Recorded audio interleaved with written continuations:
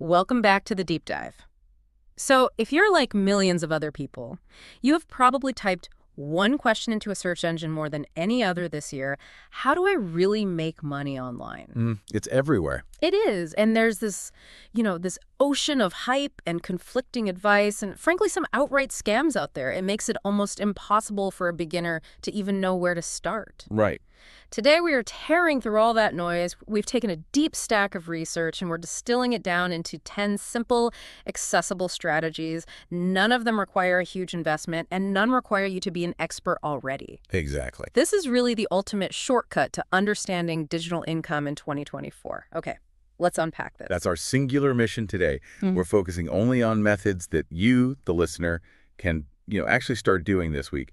The sources were so clear on this. Yeah. Success isn't about finding some complex, secret loophole. It's just about executing simple, repeatable steps consistently.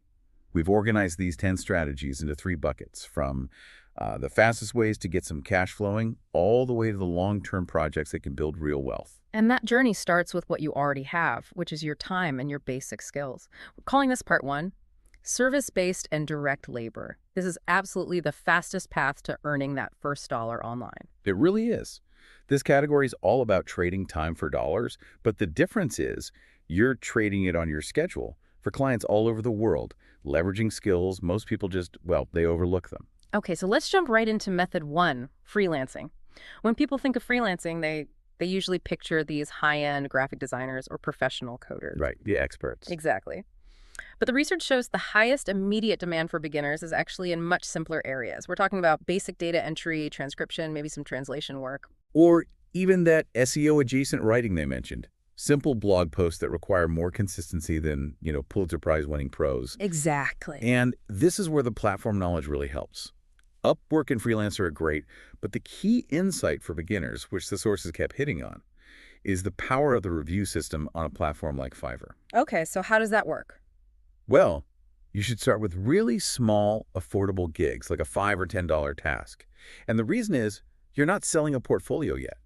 You're selling reliability. So you're building trust. You're building trust.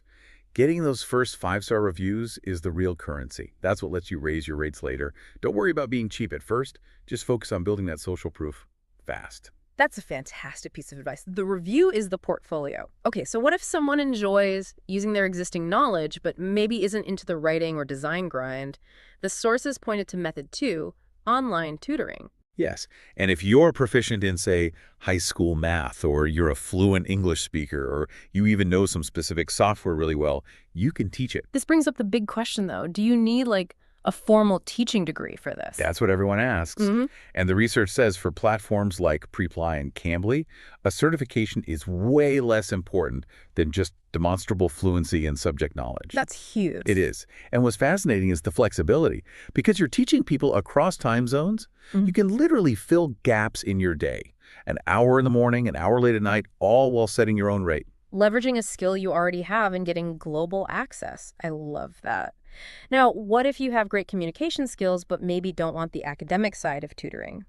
The sources point to method 3, remote customer support. A huge, often overlooked opportunity. It truly is. Right. Yeah. Companies everywhere are switching to remote support teams to manage emails, handle live chats.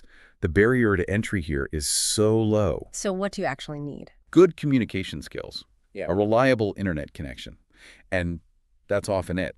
You might start by answering FAQs from a script. Websites like remote.co, Simply Hired, they're just full of these entry-level jobs. That makes perfect sense. Okay, now let's talk about the absolute, bar none, easiest point of entry. It doesn't pay a lot, but it breaks a huge psychological barrier. I'm talking about method 4, online microjobs. I'm so glad you brought this up. This category speaks directly to the true beginner. While freelancing has high potential pay, you still have to market yourself. Right, you have to sell. You have to sell. Microjobs, on the other hand, eliminate all that friction. You just do a small, defined task for a small payment. It's not about earning a living. It's about proof of concept. It is. It's about proving to yourself that the system works. Getting that first $5 into your PayPal account is often way more motivating than the idea of a $500 contract that hasn't happened yet. Yeah, I found the detail on sites like user testing really interesting. You literally just talk out loud while you click around a website and give your feedback. Precisely. And platforms like Clickworker or Amazon Mechanical Turk are built for this. Yeah. You break that psychological barrier of getting paid online, you learn the mechanics, and you start building momentum. Okay, momentum established, but trading time for money, well, it has a ceiling, doesn't it? If you're tired of that hourly grind, this next category is the pivot. Here's where it gets really interesting. Part 2, asset creation and scalability. Yes, this is where you create something once, and you can sell it over and over and over again. This is the first step toward, decoupling your income from the hours you work. Exactly. You put in the effort up front, and the asset just keeps working for you. So let's start with method 5, selling digital products. And we're not just talking about generic ebooks here. The sources emphasized highly specific niche items. Like sophisticated spreadsheet templates for, say, a small business. Or hyper-specific planners for wedding photographers, or custom brushes for digital artists on Procreate. Exactly. The profit margin is nearly 100%, and platforms like Etsy or Gumroad make it so easy. The key thing the research pointed to for success here is utility. Is your product saving a specific person 10 hours of work? That's what people pay for. That scalability is just phenomenal. And it's echoed really strongly in our next one, method 6, print on demand, or POD. This is a brilliant model. Think of it like this. You are the artist, and a platform like Redbubble or Teespring is your automated factory, warehouse, and shipping department. All rolled into one. And the critical benefit, I assume, is zero inventory risk. Zero. You spend your time creating a cool piece of artwork or a funny slogan. You upload that file. You pick what it can be printed on: a mug, a shirt, a phone case. When a customer buys it, the other company prints it, ships it, and deals with any problem. So you just collect the royalty. You just collect the royalty. Your only real investment is the time it took to make the design. It completely democratizes the retail goods business. And the sources said success often comes from niching down. Way down. Don't just make a design about dogs. Make a design specifically for people who own miniature dachshunds. That hyper-specificity is how you stand out. Okay, moving on. We have method 7, selling stock photos and videos. Now, when I first saw this, I immediately assumed you needed, a multi-$1,000 camera setup. Everyone does. But the source material explicitly challenged that. They said decent photos taken on a modern smartphone are totally usable now. Really? Yeah, it's a huge change. Stock sites are less interested in those super polished, artsy shots and more interested in practical, authentic content. People using tech, candid meetings, unique textures, things that are hard to stage. And you upload these to sites like Shutterstock or Adobe Stock. Correct. And the model is pretty straightforward. You upload it once. And you get paid a little bit every single time someone downloads it. It's an accumulation model. Each download is a tiny payment, but since the asset is permanent, those micropayments can add up passively for years. Okay, so we've moved from trading time to creating assets. Now we're turning to the strategies that, well, they require the most patience, but offer the absolute highest potential returns. Right. This is part 3. Audience building and long-term income. We've grouped these last 3 together because they all rely on one thing: building trust with an audience over time. They're investments in digital real estate, and they pay off exponentially, but they demand consistency before they pay anything at all. So let's look at method 8, content creation. This means picking a channel, YouTube, TikTok, Instagram, whatever, and just committing to posting consistently. And the single most crucial piece of advice the sources gave here was about overcoming perfectionism paralysis. Oh, that's a big one. It's huge. Too many people wait until they have the perfect camera or the perfect script. The sources show that consistency, even with just your smartphone, trumps quality when you're starting out. You need to start getting feedback from the algorithm and from people immediately. And once you do grow that audience, how does the money actually start to flow? It's multi-layered. First, you get platform ads, like the YouTube Partner Program, once you hit their thresholds. Then come direct sponsorships, where brands pay you. But the most accessible stream, especially early on, ties right into our next method. Which is method 9, affiliate marketing. Exactly. The simple definition is just recommending products you already use. But there's a bit more to it than that, right? Absolutely. The research breaks it down into 2 types. You have high-volume, low-commission things, like Amazon Associates. You might only make 4% on a sale, but millions of people buy from Amazon. Okay. Then you have low-volume, high-commission products. Think software subscriptions or specialized courses. One sale might get you $100, but it requires much deeper trust with your audience. So the mechanism is simple. You share a special link, someone buys through it, and you get a commission. And you can put that link anywhere. Anywhere. YouTube descriptions, Instagram bios, or in our final method.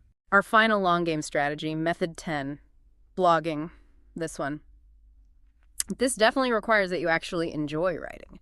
And you have to pick a really tight niche, not just fitness, but something like fitness for marathon runners over 50. This method is a marathon, not a sprint, no pun intended, but the payoff is incredible. The fascinating finding here was that search engines treat that niche expertise as, like, passive equity.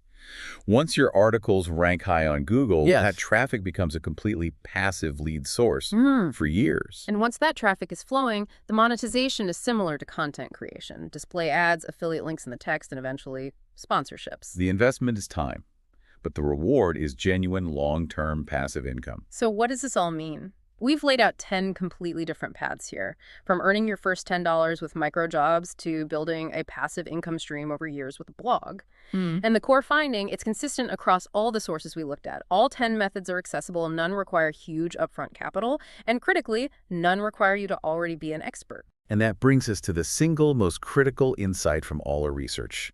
The biggest difference between the people who succeed at this and those who just endlessly read articles about it is one simple thing. Starting. Just starting. Just starting. The research was so strong on this. Perfectionism kills more online businesses than bad ideas or bad execution ever will. It's the consistency of action, not the brilliance of the idea, that really matters. That is the actionable advice right there. You have 10 solid options. Do not try to do all 10.